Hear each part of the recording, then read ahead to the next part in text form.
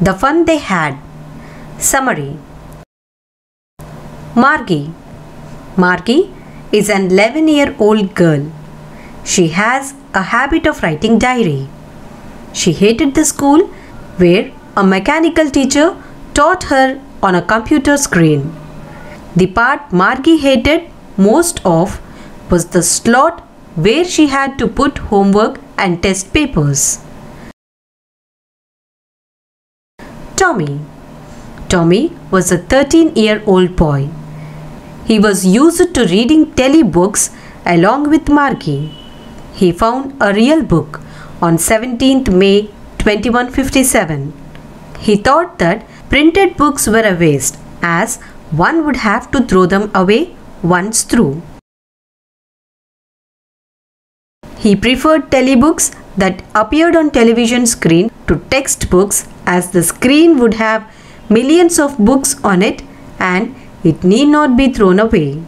He told Margie about the school that prevailed during his grandfather's grandfather. The old school. Here, teachers were humans. They told boys and girls things, gave them homework and asked them questions. The schools had a separate building. All the kids went to school and learned the same thing. Hence, students could help one another with the homework and talk about it. Kids from the whole neighborhood came laughing and shouting in the schoolyard, sat together in the classroom and went home together at the end of the day. The modern school. Margie and Tommy attended the modern school. It was set up at home. They did not have to go out anywhere. A mechanical teacher was geared to fit the mind of the individual students. Their books appeared on the screen. Students were taught punch code at the age of 6. They had to submit homework and tests using punch code. It was evaluated by a mechanical teacher instantly. It was a large, black and ugly big screen on which all lessons were shown and questions were asked. Textbooks in old schools. All the stories were printed on paper. They turned the pages, which were yellow and crinkly. Here, words stood still and did not move the way they did on a screen. When they turned back to the page before, it had the same words on it that when they read it the first time. On the 17th May 2157, Tommy found a very old book, a real book, in the attic. Tommy and Margie were 13 and 11 years old respectively. The book belonged to their grandfather's time. In it, the stories were printed on paper. The kids were used to telebooks where words appeared on the screen. It was the first time they had come across a printed book. They were surprised to see it. The words printed on it were still and not moving as they did on screen. Margie hated school and felt there was nothing interesting to write about a school. Her mechanical teacher had been giving her test after test in geography and she had been doing worse. Her mother had to finally call the county inspector to put it together again. He was a round little man with a red face and a whole book of tools with dials and wires. Margie wished that he would not know how to put it together again. The part Margie hated more was the slot where she had to submit her homework and test papers. She had to submit them using the punch code she was taught at the age of 6. The mechanical teacher calculated the marks in no time. The county inspector had geared up the geography sector to the average 10-year level. He patted Margie's head and said that her performance was quite satisfactory. Margie was not happy with old school too, as even they had a teacher. Tommy told Margie that the teacher was a man. Margie wondered how a man could be a teacher instead of a machine. She felt man wasn't smart enough to be one. Tommy explained to her that his father knew as much as the mechanical teacher.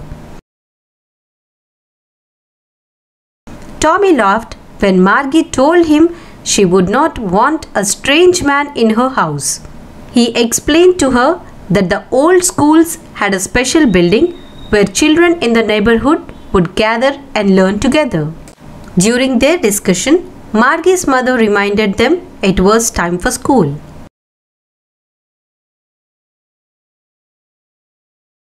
Margie went into her schoolroom, which was right next to her bedroom, and her mechanical teacher was waiting for her. Margie attended school at the same time every day except on Saturday and Sunday. While Margie attended her school, her thoughts flew back to the old school where children from the whole neighborhood came laughing and shouting in the schoolyard, sat together, learned same things, helped one another with homework, talked about it, and went home together. While her mechanical teacher was teaching on the screen, she was thinking about how kids must have loved schools in the old days and about the fun they had. Poem: The Road Not Taken. Summary. Once, while the poet was travelling through the woods, he came across a road which diverged into two, and he realized that he could not take both the paths. He looked through one road as far as he could till it disappeared in the bushes. Time. It was the fall season as the leaves were yellow, which means they are about to fall. The poet opted the other road as it seemed to be better to him, as it is grassy and had not been used much. But as he started walking on it, he realized that even this road had been used as much as the other road for traveling. The stanza intends to show that we think a different path or career is not chosen by many people, but as you start moving on that path, you realize that many people have tried and traveled it before. That morning, the fallen leaves had covered both the roads, and it seemed no one had walked the path till then, as the leaves had not been blackened by the stamping of the travelers. He left the first road to travel by for some other day, but he again doubted if he would ever come back to travel on the first road, as he knew that one way leads on to another way.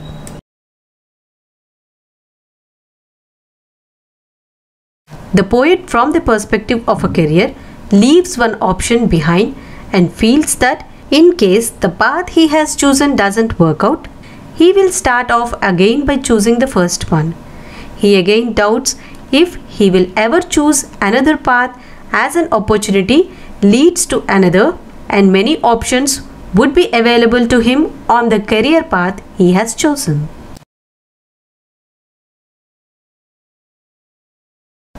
The poet declares that after years in future, with either a sign of triumph or regret, he will say that long ago he came across a point in life where he had to choose between two options, and he chose the one chosen by fewer people, and that had changed his life. The poet tries to teach us that the choice we make impact our lives, and unless we choose and experience the consequences of it, we cannot know whether we have made the right choice or not. Supplementary reader. The Lost Child. Summary. The Lost Child is a short story written by Mulk Raj Anand. The story revolves around a child who goes to a fair with his parents and gets lost. The writer ends the story in a suspense, leaving the readers to their own imagination about the boy's future.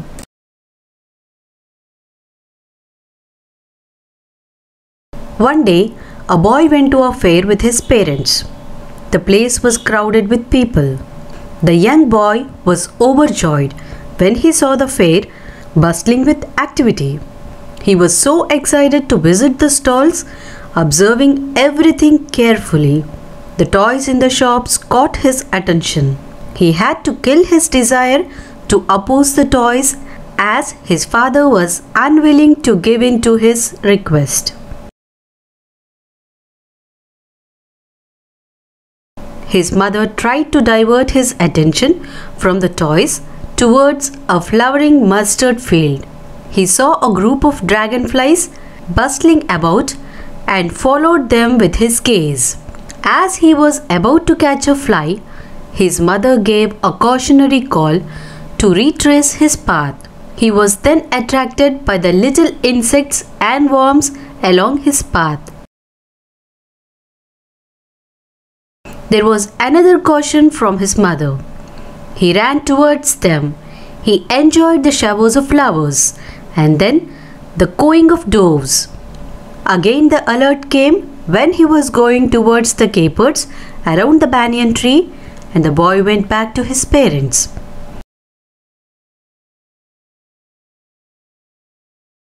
When the child reached the fair with his parents, he saw the sweetmeat shop and desired to buy the sweets. He knew his wish would not be granted, and so he left the place without waiting for an answer. He then saw a hawker selling garlands of gulmohar.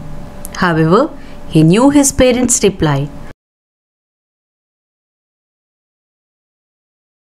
Later, the boy was carried away by the glory of colorful balloons. He walked away from there since he knew the answer. He then proceeded further for the snake charmer, as he knew well that his parents would forbidden him to hear such coarse music. As he walked past the charmer, he reached the place where a roundabout was in full swing. This time he couldn't control his desire to go on a ride on it. He gathered courage and asked his parents' permission. Since there was no reply from them, he turned back to look at his parents. To his dismay, they were not there. He looked in all directions, but he could not trace them. A deep cry rose within his dry throat, and with a sudden jerk of his body, he ran from where he stood, crying in fear for his parents. After searching for them desperately for some time, the boy reached a shrine, where there were crowds of people pouring in. The boy struggled hard to make way between their feet.